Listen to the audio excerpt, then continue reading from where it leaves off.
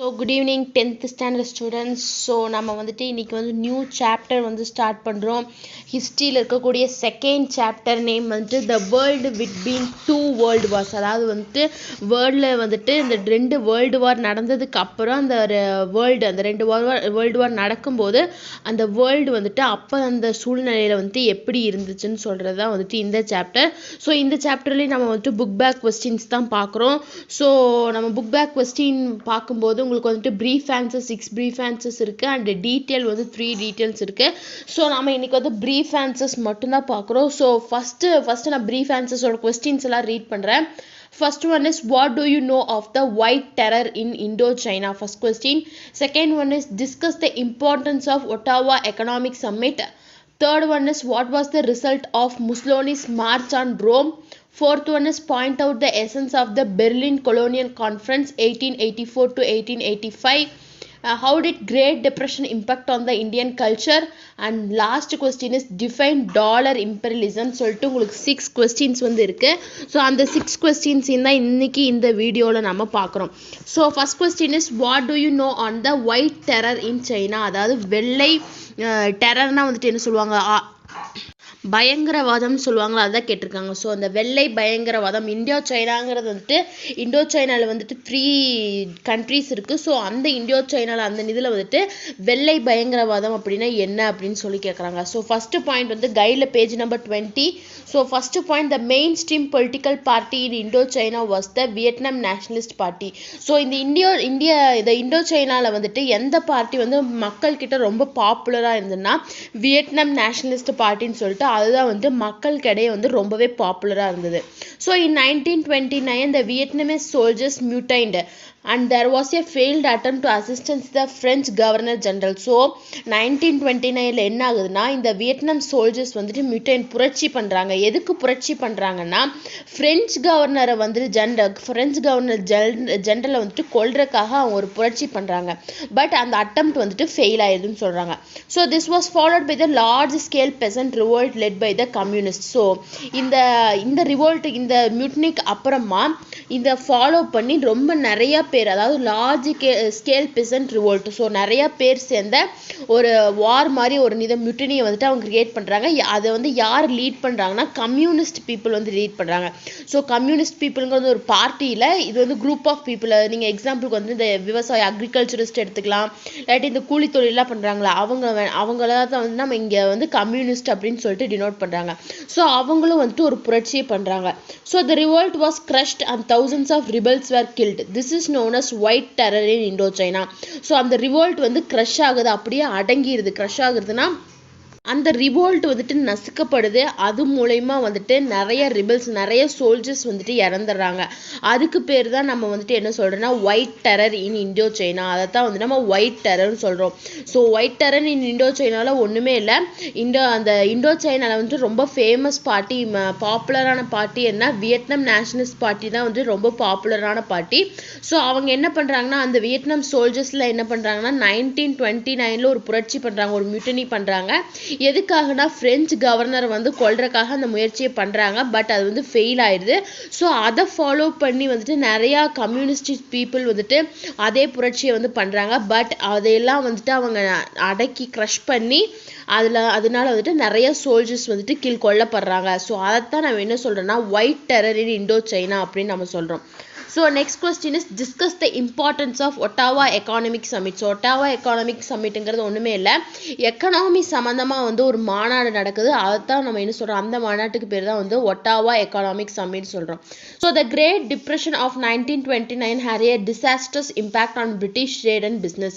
So great depression இது வந்துட்டு ஒரு மக்கள்னால வந்துட்டு எந்த ஒரு பொருளையும் அதாவது பொருளாதார மந்த நிலைன்னு சொல்லுவோம். மக்கள்னால வந்துட்டு எந்த ஒரு பொருளையும் வந்துட்டு வாங்க முடியாத அளவுக்கு அவங்களுக்கு ரொம்ப வறுமை இருக்குது. அதுதான் வந்து கிரேட் டிப்ரெஷன் சொல்கிறோம்.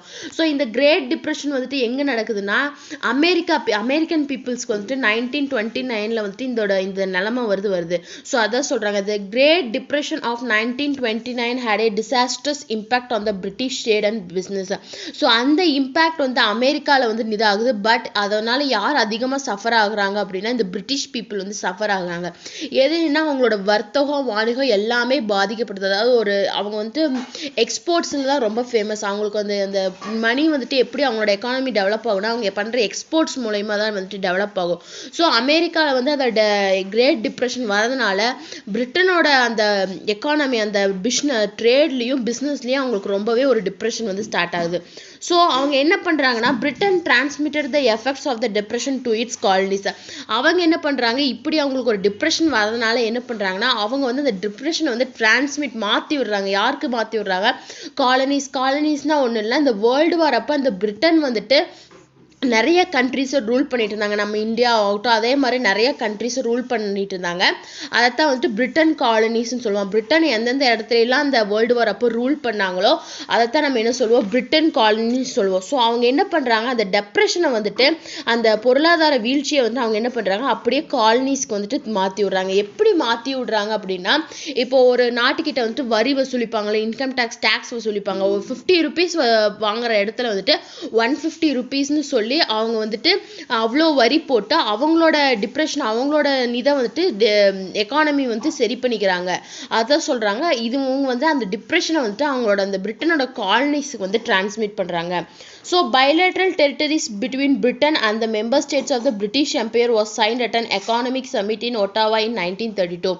So 1932ல வந்து ஒரு மாநாடு நடக்குது. எதை பேஸ் பண்ணினா எக்கானமி பேஸ் பண்ணி ஒரு மாநாடு வந்து நடக்குது. அதுக்கு பேர் தான் வந்துட்டு ஒட்டாவா எக்கனாமிக் சமிட். அதில் வந்துட்டு ஒரு ஒப்பந்தம் வந்துட்டு கையெழுத்து போடுறாங்க. அதாவது ஒப்பந்தத்தில் யாருக்கு இடையினா பிரிட்டிஷுக்கும் அந்த பிரிட்டிஷ் ரூல் பண்ணக்கூடிய அந்த சில கண்ட்ரீஸுக்கும் அந்த ஒப்பந்தத்தை போடுறாங்க. அதுதான் வந்துட்டு பைலேட்ரல்னா ரெண்டு கண்ட்ரிக்கு நடுவில் ஒப்பந்தம் போடப்படுது. யார் யாருக்குன்னா பிரிட்டிஷுக்கும் அவங்க ரூல் பண்ணிட்டு இருக்கக்கூடிய அந்த டிஃப்ரெண்ட் கண்ட்ரீஸ்க்கு இடையில வந்துட்டு அவங்க ஒரு ஒப்பந்தம் போடுறாங்க.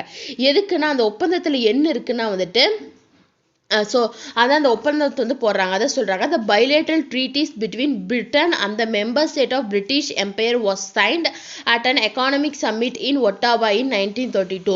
So the participants including India agreed to give preference to the imperial British over non-imperial goods. இந்த ட்ரீட்டி படி இந்த சைன் பண்ண அந்த ஒப்பந்தத்தை படி என்னன்னா, சைன் பண்ணக்கூடிய எல்லா கண்ட்ரீஸும் வந்துட்டு பிரிட்டிஷோட கூட்ஸை தான் வந்துட்டு, அதாவது அவங்க தரக்கூடிய அந்த ஒரு துணி ஆகட்டும் இல்லாட்டி ஏதாச்சும் ஒரு பொருளாகட்டும் அவங்க வந்துட்டு அந்த கண்ட்ரீஸ் வந்துட்டு பிரிட்டிஷோட கூட்ஸை தான் வந்துட்டு ப்ரிஃபர் பண்ணும். மற்ற கண்ட்ரீஸ்லேருந்து இம்போர்ட் பண்ணுற கூட்ஸை விட பிரிட்டிஷ் எக்ஸ்போர்ட் பண்ணுற கூட்ஸை தான் நம்ம வந்துட்டு வாங்கிக்கணும் அப்படின்னு சொல்லிட்டு அந்த அதிகமாக வாங்கணும், ரொம்ப ப்ரிஃபரன்ஸ் கொடுக்குறது வந்துட்டு பிரிட்டிஷுக்கு தான் கொடுக்கணும்னு சொல்லிட்டு அந்த ட்ரீட்டியில் வந்து சைன் பண்ணுறாங்க. அதுதான் வந்துட்டு அந்த ஒட்டாவா எக்கானமிக் சமிட்டோட இம்பார்ட்டன்ஸ்னு சொல்லியிருக்காங்க. So second point is discuss the importance of Ottawa economic சமிட்டில் ஃபர்ஸ்ட் பாயிண்ட் வந்து great depression of 1922 has a disastrous impact on the British trade and business. First point. Next one is Britain transmitted the effects of the depression to their colonies. Next, bilateral trade treaties between Britain and the member states of the British Empire was signed in the economic summit in Ottawa in 1962. The participant agreed to give preference to imperial British ட்ரூட்ஸுக்கு தான் வந்துட்டு ரொம்ப preference வந்துட்டு high preference கொடுப்போன்னு சொல்லிட்டு அந்த treaty மூலமா அவங்க sign பண்ணிக்கிறாங்க. இதுதான் வந்து discuss the importance of Ottawa economic summit. Next one is what was the result of Mussolini's march on Rome. So இதில் வந்து மொத்தம் 3 points இருக்குது. First point, in October 1922 in the context of a long ministerial crisis Mussolini organizes the fascist marches on Rome. So October 1922 வந்துட்டு இந்த ministerial crisis, அதாவது வந்துட்டு மினிஸ்டர்ஸ்குள்ள, அதாவது ஒரு கிங்டம் எடுத்துகிட்டு ஒரு கவர்மெண்ட் எடுத்துட்டோம்னா செவரல் மினிஸ்டர்ஸ் இருப்பாங்க, அவங்களுக்குள்ள ஏற்பட்ட பிரச்சனைகள்னால முசோலினி என்ன பண்றாரு, ஒரு இதை வந்து ஆர்கனைஸ் பண்றாரு. எதுனால ஃபேசிஸ்ட்டுங்கிறது வந்துட்டு ஒரு கொள்கைன்னு சொல்லுவோம். ஸோ அது வந்து ஆர்கனைஸ் பண்ணுறாரு. ஸோ எங்கே ஆர்கனைஸ் அந்த ஃபேசிஸ்ட் மாஸ் எங்கே ஆகுனா ரோமுக்கு வந்துட்டு இது பண்ணுறாரு. So impressed by the show of force the king invited Mussolini to form a government.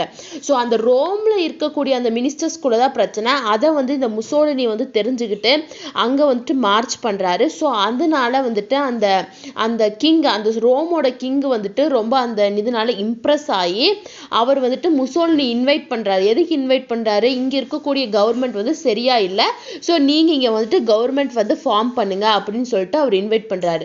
So the inability of the democratic party leaders to combine. So அங்க அந்த ரோம்ல இருக்கக்கூடிய ஒரு பார்ட்டி, அந்த அந்த மினிஸ்டர்ஸ் இருப்பாங்களா, அந்த பார்ட்டிக்கு பேர் தான் டெமோக்ராட்டிக் பார்ட்டி.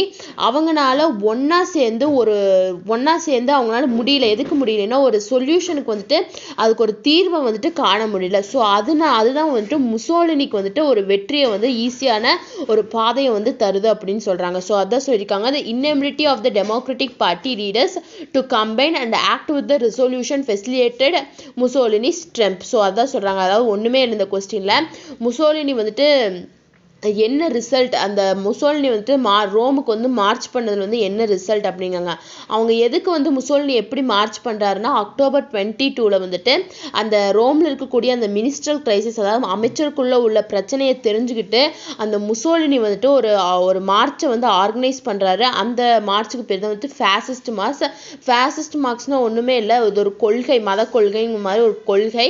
ஸோ ரோமுக்கு பண்றாரு. அதை பார்த்த ரோமோட கிங் வந்து இம்ப்ரெஸ் ஆகி அவரை பண்ற அந்த இதை பார்த்து இம்ப்ரெஸ் ஆகி முசோலினி இன்வைட் பண்ணி நீங்க வந்து இங்க வந்து கவர்மெண்ட் ஃபார்ம் பண்ணுங்க அப்படின்னு சொல்றாங்க. ஏன் வந்து அவர் சொல்றாரு அப்படின்னா வந்துட்டு, அப்ப அந்த ரோம்ல இருக்கக்கூடிய கவர்மெண்ட்ல இருக்கக்கூடிய அமைச்சர், அந்த மினிஸ்டர்ஸ்க்கு வந்துட்டு அந்த கெப்பாசிட்டி இல்லை. எதுக்கு அந்த கெப்பாசிட்டி இல்லைன்னு கேட்டீங்கன்னா, ஒரு பிரச்சனை இருக்குன்னா அதுக்கு ஒரு முடிவை அந்த தீர்க்கமா ஒரு முடிவை கொண்டு வரக்கூடிய அந்த கெப்பாசிட்டி இல்லை.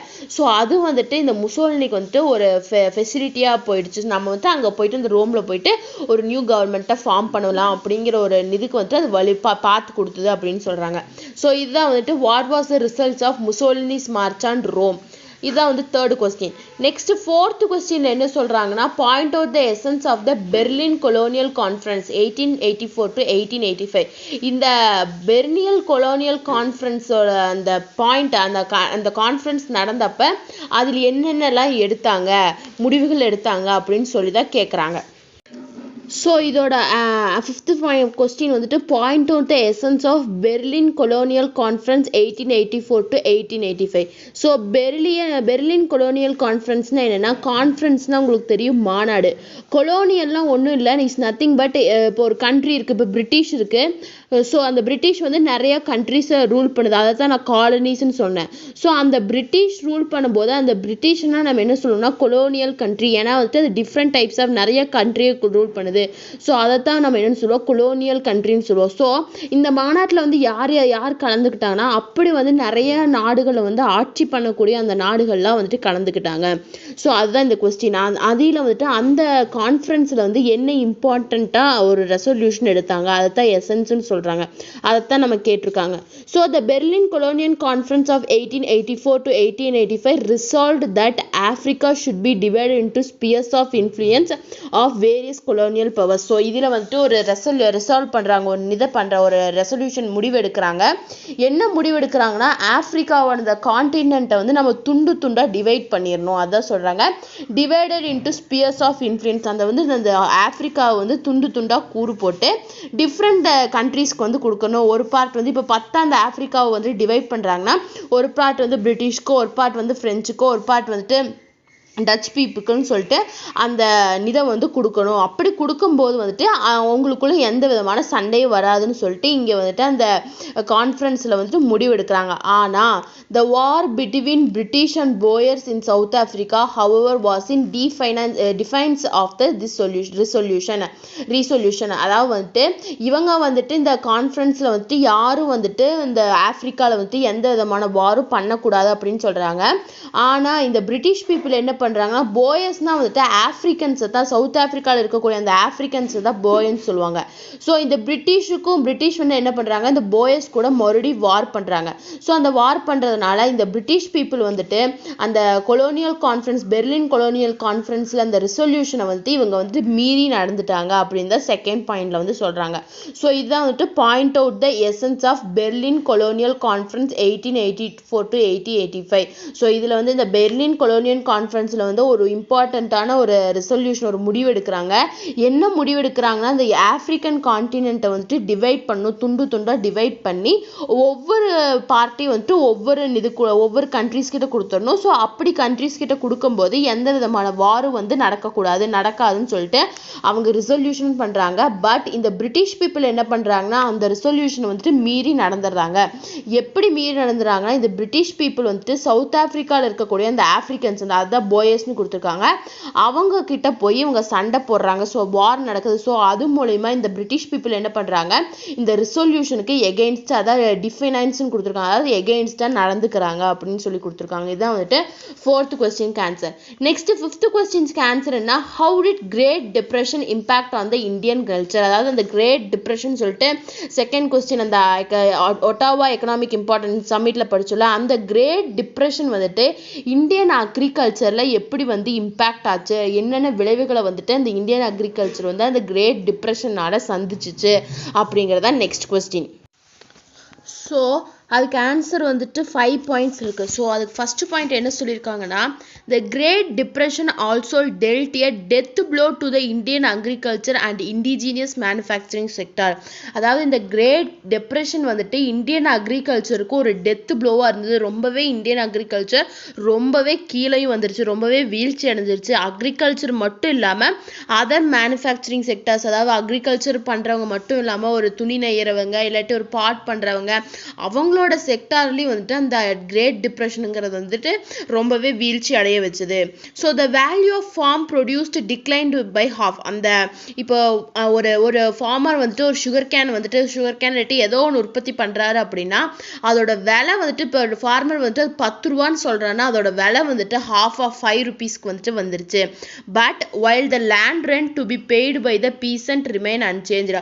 ஆனா வந்துட்டு அந்த ஃபார்மர் வந்துட்டு விளைக்கக்கூடிய அந்த பொருள்களோட விலை மட்டும்தான் குறைஞ்சதே தவிர, இப்போ அந்த ஒரு ஃபார்மரை வந்துட்டு இன்னொரு லேண்ட்லார்டு கிட்ட இருந்து அந்த நிலத்தை வந்து குத்தகைக்கு எடுத்து பண்ணும்போது அந்த லேண்டோட ரெண்ட் வந்துட்டு அப்படியே சேஞ்ச் ஆகாம அதே லேண்ட் ரெண்ட்ல தான் இருந்தது. பட் ஆனால் அவங்க ப்ரொடியூஸ் பண்ணக்கூடிய அந்த கூட்ஸோட விலை மட்டும் ரொம்பவே கம்மியாயிடுச்சு, half ஆயிடுச்சு அப்படின்னு சொல்றாங்க. So in terms of prices of agricultural commodities the obligation of the farmers to the state doubled. But இந்த இப்போ ஒரு அக்ரிகல்ச்சரல் பண்ணுறோன்னா அதுக்கு வந்துட்டு நிறைய திங்ஸ் வந்துட்டு ஒரு சீட் பை பண்ணணும், அந்த மாதிரி நிறைய அக்ரிகல்ச்சரல் கமாடிட்டிஸ் வாங்கணும். ஸோ அதெல்லாம் வந்துட்டு என்ன ஆச்சு அப்படின்னா வந்துட்டு ரொம்பவே டபுள் சார்ஜ் ஆயிடுச்சு. ஸோ நினச்சி பாருங்க, டபுள் சார்ஜ் கொடுத்து ஒரு அக்ரிகல்ச்சருக்கு அந்த கமாடிட்டியை வாங்கி நம்ம உற்பத்தி பண்ணி அதை வந்துட்டு half ரேட்டுக்கு விற்கும் போது இந்த ஃபார்மர்ஸ்க்கு வந்துட்டு எதுவுமே மிஞ்சாது. ஸோ அதை தான் சொல்லியிருக்காங்க. Farmers and Indian manufacturers therefore had to sell their gold and silver to reserve to subsist. So அதனால வந்துட்டு இந்தியன் அந்த அக்ரிகல்ச்சர் பண்ணக்கூடிய ஃபார்மர்ஸும் இல்லாட்டி அதர் மேனுஃபேக்சர்ஸும் என்ன பண்ணாங்கன்னா அவங்க கிட்ட இருக்கக்கூடிய அந்த தங்கம் வெள்ளி அதையெல்லாம் வந்துட்டு வித்து அவங்களுக்கு வந்து அந்த லேண்டுக்கு வந்துட்டு அந்த ரெண்ட் கொடுக்கறக்கோ அவங்க சர்வை பண்றதுக்கு வந்துட்டு ஒரு காரணமாயிடுச்சு. So the great fall in prices promoted Indian nationalists to demand protection for their internal economy. So இதனால என்னாச்சு, எல்லா விதமான வர்த்தகம் வணிகம் எல்லாமே குறையிறதுனால இவங்க இந்த இந்தியன் இந்தியன் நேஷனலிஸ்ட் இந்த அக்ரிகல்ச்சர் பண்றவங்களையும் அதர் ஒர்க் பண்றவங்களையும் வந்துட்டு தூண்டுச்சு. எதுக்கு தூண்டுச்சுன்னா, அந்த எதுக்கு டிமாண்ட் பண்றாங்கன்னா அவங்களோட இன்டர்னல் எக்கனாமி, அதாவது வீட்டு சூழ்நிலையை வந்துட்டு ப்ரொடெக்ட் பண்றதுக்கு தேவையான பணத்துக்கு வந்துட்டு அவங்க வந்துட்டு டிமாண்ட் பண்ண ஆரம்பிச்சாங்க. ஸோ இதனால இந்த கிரேட் டிப்ரெஷன்னால இந்தியன் அக்ரிகல்ச்சர்ல ரொம்பவே பாதிப்பு ஏற்பட்டுச்சுன்னு சொல்றாங்க. ஸோ 5 பாயிண்ட்ஸ் இருக்கு, 5 பாயிண்ட்ஸுமே important. So next last question, define dollar imperialism. So உங்களுக்கு இம்பீரியலிசம்லாம் தெரியும், அதாவது ஒருத்தர் சொல்றது எப்படி வந்துட்டு பிரிட்டிஷ் சொல்றது இந்தியா கேட்கணும் அப்படிங்கிற ஒரு சூழ்நிலை இருந்தோ அதைத்தான் நம்ம இம்பீரியலிசம் சொல்லுவோம். ஸோ டாலர் இம்பீரியலிசம்னா தெரியும் உங்களுக்கு, டாலர்னா வந்துட்டு அமெரிக்கனோட கரன்சியை தான் நம்ம டாலர் சொல்லுவோம். ஸோ டாலர் இம்பீரியலிசம் அப்படின்னு என்னன்னா, பணத்தை கொடுத்துட்டு நான் சொல்றதை தான் நீ கேட்கணும் அப்படிங்கிறத தான் நம்ம என்ன சொல்லுவோம்னா டாலர் இம்பீரியலிசம் சொல்றாங்க. So dollar imperialism the term used to describe the policy of USA. So dollar இம்பீரியலிசம்ங்கிறது ஒரு டேர்ம், அது எதுக்கு யூஸ் பண்றாங்க, அது வந்துட்டு யாரோட இதுலாம் யுனைடெட் ஸ்டேட்ஸ் அந்த யூஎஸ்ஏல இருக்கக்கூடிய ஒரு கொள்கை.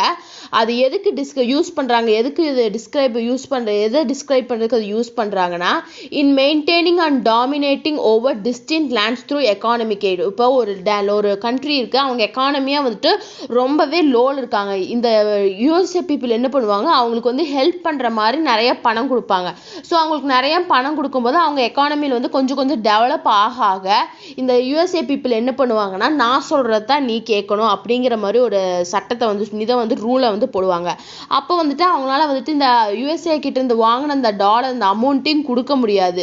ஸோ அவங்க என்ன பண்ணணும், இந்த யூஎஸ்ஏ சொல்கிறது கண்டிப்பாக கேட்டு தான் ஆகணும். அதுதான் சொல்கிறாங்க. அதுதான் வந்துட்டு என்ன சொல்லுவாங்கன்னா டாலர் இம்பீரியலிசம். பணம் கொடுக்குற மாதிரி கொடுத்து நான் சொல்கிறது தான் நீ கேட்கணுங்கிற அந்த பொசிஷனுக்கு வந்து இந்த யூஎஸ்ஏ பீப்புள் வந்துட்டு வந்துடுவாங்க. அதுதான் வந்துட்டு டிஃபைன் டாலர் இம்பீரியலிசம் கொஸ்டின்ஸோட ஆன்சர். ஸோ டிஃபைன் டாலர் இம்பீரியலிசம்ங்கும் போது இந்த term, it is the term used to describe the policy of the USA in maintaining and dominating over distant lands through economic aid.